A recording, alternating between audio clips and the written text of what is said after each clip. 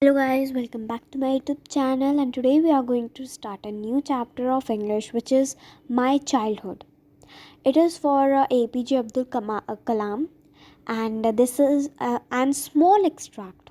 Only this chapter is a small extract from a novel, from an autobiography, which is Wings of Fire, in which Abdul Kalam speaks about his childhood.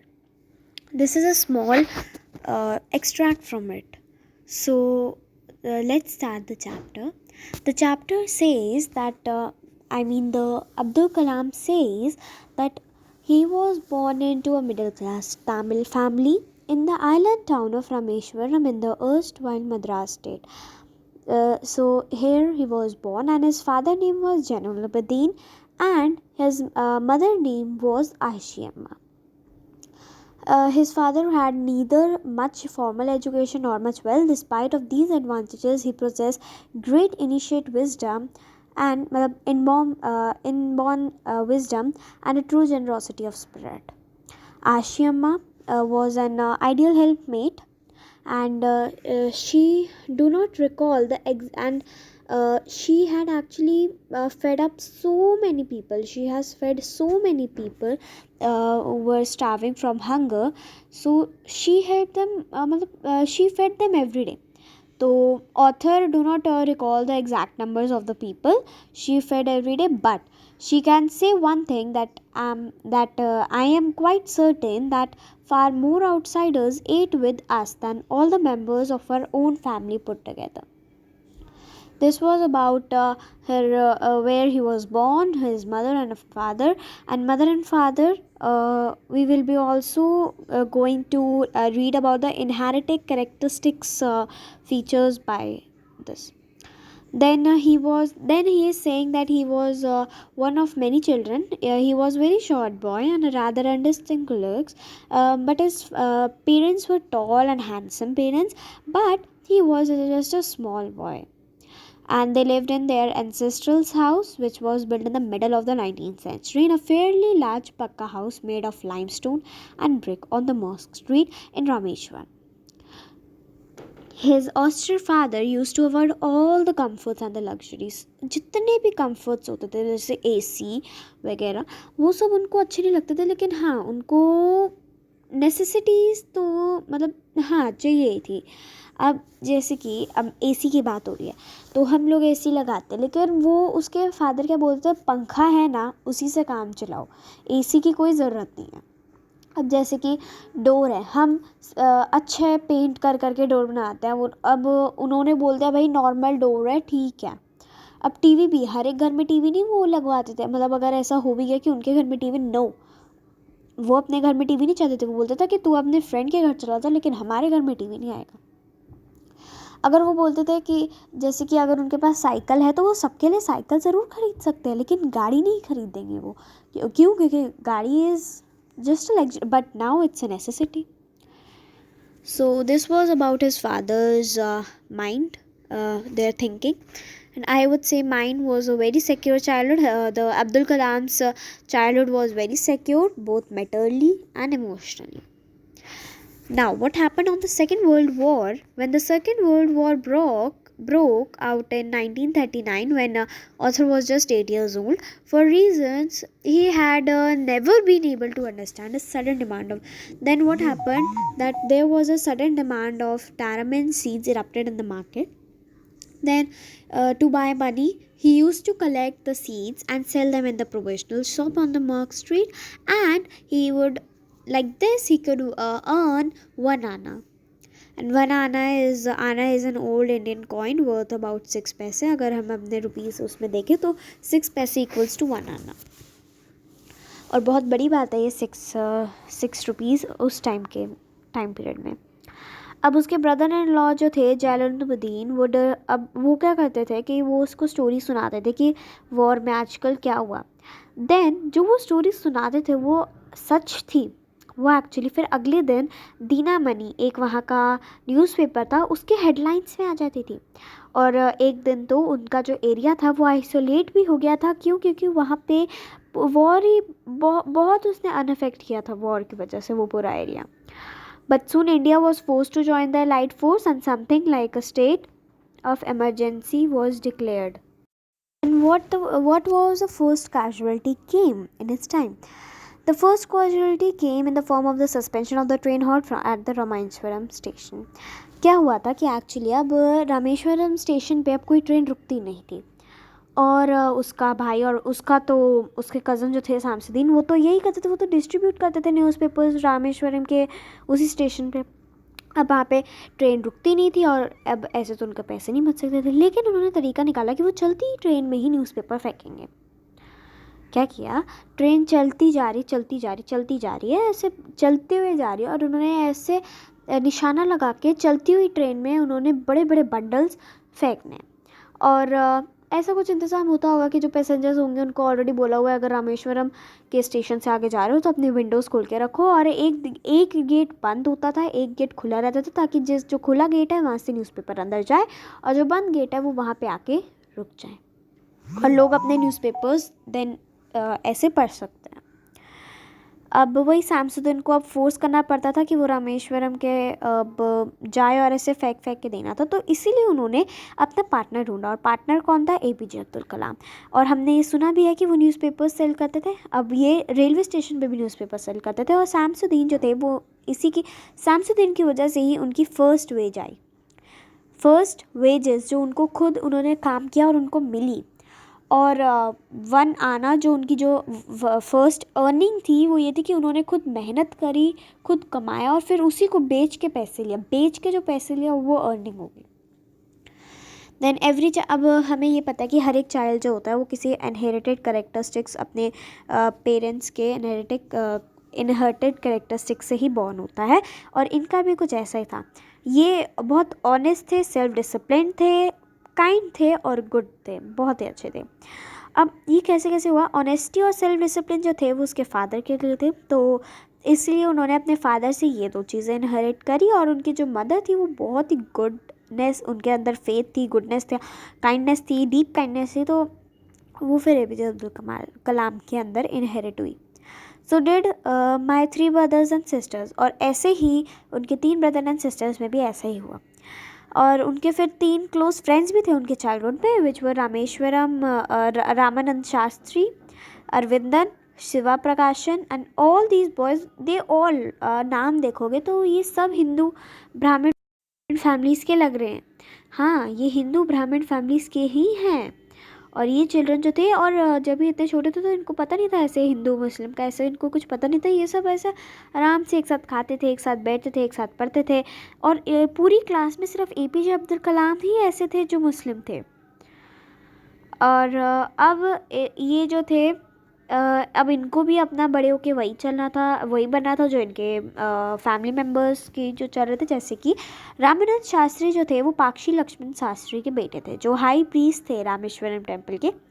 तो रामानंद शास्त्री ने भी वही priesthood ली और Rameswaram temple में वो अपने father की जगह काम करने लगा. अरविंदन जो था वो अपने ट्रांसपोर्ट अरेंज करने में बिज़ी हो गया, और वहाँ के जितने भी पिलग्रिम्स के जो विजिटिंग पिलग्रिम्स के जितने भी ट्रांसपोर्ट अरेंज करना होता था वो सब वो करता था. शिवा प्रकाशन कैटरिंग कॉन्ट्रैक्टर बन गए सदर्न रेलवेज़ में. ये तो हम सबको पता है, जो रेलवेज़ में जैसे आपका शताब्दी है या अलग अलग है तो 3 सीटेड है, तो वहाँ पे थोड़ा सा लंच डिनर भी मिलता है. तो वो जो होता है वो कैटरिंग होता है, और जो उसको देता है वो कॉन्ट्रैक्टर होता है. तो कैटरिंग कॉन्ट्रैक्टर था हमारा शिवा प्रकाशन. अब एनुअल श्री सीता राम कल्याणम सेरेमनी के टाइम क्या होता था, इनकी जो फैमिली थी वो बोट्स अरेंज किया करती थी एक स्पेशल प्लेटफॉर्म पे for carrying idols of the lord from the temple to the marriage site. अब इनकी जो फैमिली थी ये लॉर्ड की आइडल्स जो होती थी उन सबको लाइक दिस ये ऐसे लेते थे, और पॉन्ड के बिल्कुल बीच में, दिस इज़ द पॉन्ड, और पॉन्ड के बिल्कुल बीच में ये यहाँ पे मूर्ति को ऐसे रखते थे यहाँ पे, और वो बिल्कुल लेक के बिल्कुल सेंटर में जाते थे, और वहाँ पे मैरिज साइट होती थी. Events from the Ramayana, from the life of prophet, were the bedtime stories by mother and grandmother would tell the children in their family.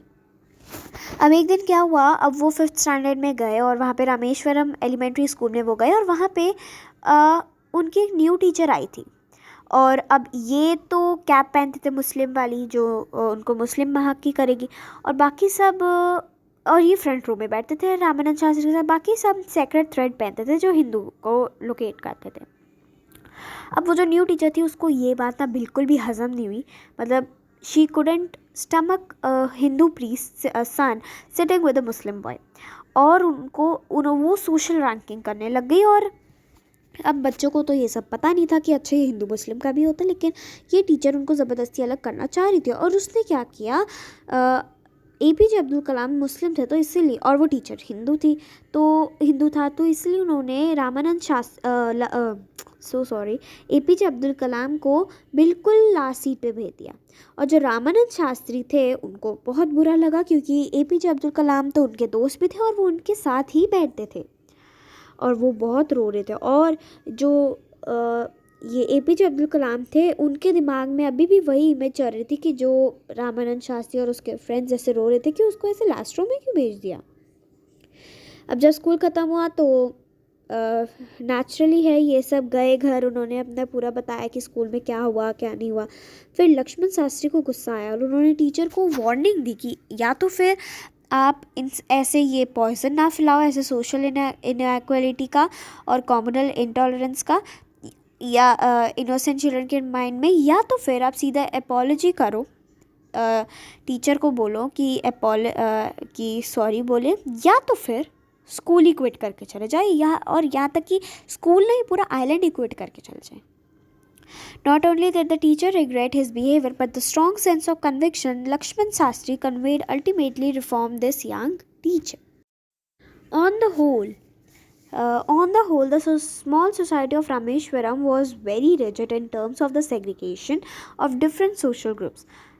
However, APJ Abdul Kalam के जो साइंस टीचर थे शिवा सुब्रमण्या आयर, वो भी ऑर्थोडॉक्स ब्राह्मण थे, लेकिन और उनकी टीचर एक कंजर्वेटिव वाइफ थी, और वो ऐसे रिबल्स वगैरह में बिलीव करती थी। लेकिन ये जो शिवा सुब्रमण्या अय्यर थे, इन्होंने बहुत कोशिश करी कि ये जो सोशल बैरियर्स हैं इन सबको ब्रेक करने की। ब्रेक हो भी गया ऑफ दैट पीपल फ्रॉम, अब वही barrier, so that people from wearing backgrounds could mingle easily, मतलब कि वो आगे पीछे मतलब एक दूसरे के साथ बातें आराम से कर सके। अब उन्होंने कलाम को बोला कि Kalam, I want you to develop so that you are on par with the highly educated people of the big cities. अब एक दिन क्या हुआ, he invited Abdul Kalam to his home for a meal. अब उसकी वाइफ तो बहुत हॉरिफाइड, इतना घबरा गई कि क्या एक मुस्लिम बॉय मेरे अच्छे खासे घर पे मेरे प्योर किचन में आके खाना खाएगा। और मुस्लिम तो वैसे वो चिकन वगैरह खाते थे, और हिंदू सो प्योर रोटी, आटा, चावल वगैरह खाते थे। लेकिन इसका उल्टा हुआ कि ये जो अब्दुल कलाम थे ये राइस, आटा, ये सब खाते थे। अब शिवा सुब्रमण्या अय्यर जो थे उन्होंने इस पे ऐसा कोई भरोसा ऐसे देखा नहीं उनको, और वो ऐसे गुस्सा भी नहीं हुआ उनकी वाइफ पे, क्योंकि उनको पता था कि उनकी वाइफ ऐसी है। लेकिन जो शिवा सुब्रमण्या अय्यर थे उन्होंने अपने हाथों से अब्दुल कलाम को खाना दिया और उनको बोला कि आओ तुम बैठो, इधर बैठो। और वाइफ दूर से ही हमें देख रही थी, और वो इतना हैरान होगी, क्या अब्दुल कलाम ऐसे खा रहा है हिंदूज़ की तरह, जैसे राइस अच्छे से खा रहा है, वाटर पी रहा है अच्छे से, फिर पूरे फ्लोर को क्लीन कर रहा है मील के बाद। हाय राम, ऐसा तो कोई मुस्लिम कर ही नहीं सकता है। लगता है इसने गलती से, इसको मुस्लिम का कोई दोस्त होगा इसका और उसने मुस्लिम जैसे कपड़े पहन लिए। लेकिन नहीं, वो तो 5th क्लास का बच्चा तो इतना इंटेलिजेंट होता है कि हाँ उसको पता है कि उसको कैसे कपड़े पहनने। बस मतलब उसको यकीन ही नहीं हो रहा था अपनी आंखों पे। Then, observing my hesitation, he told me not to get upset, saying once you decide to change the system, such problems have to be confronted. When Abdul Kalam visited his house the next week, Shiva Subramania's Iyer's wife took me inside her kitchen and served me the food with her own hands. देखा क्या difference हुआ. और जब second world war जब ख़त्म हो गया था तो इंडिया को फ्रीडम मिल गई थी. और इंडियंस जो थे वो अपना खुद इंडिया उनको बनाना था. और ये गांधी जी ने अपना बोला. Whole country was filled with an upcrement optimism.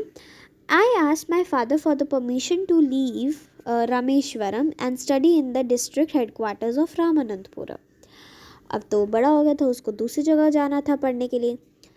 तो अब इन्होंने अब वो बोलते हैं कि okay Abdul you can go, मुझे पता है अब तुम्हें बड़ा होना तो तुम बाहर चले जा सकते हो. लेकिन अब उसकी मदर तो बहुत ही हेजिटेट होती, बहुत ही घबरा रही थी कि मेरा बेटा मुझे ऐसे छोड़ के कैसे जा सकता है. तो फिर उसने बोला कि does seagull not fly across the sun along without a nest. कि देखो सीगुल जो एक बर्ड होता है या कोई भी बर्ड ले लो आप, वो अपने नेस्ट को छोड़ के अपने बच्चों को छोड़ के पूरे दिन तो घूमता ही रहता है ना उनको खाने के लिए. तो ये खालिल गिब्रन का एक कोट था जो उसने अपनी वाइफ को बताया.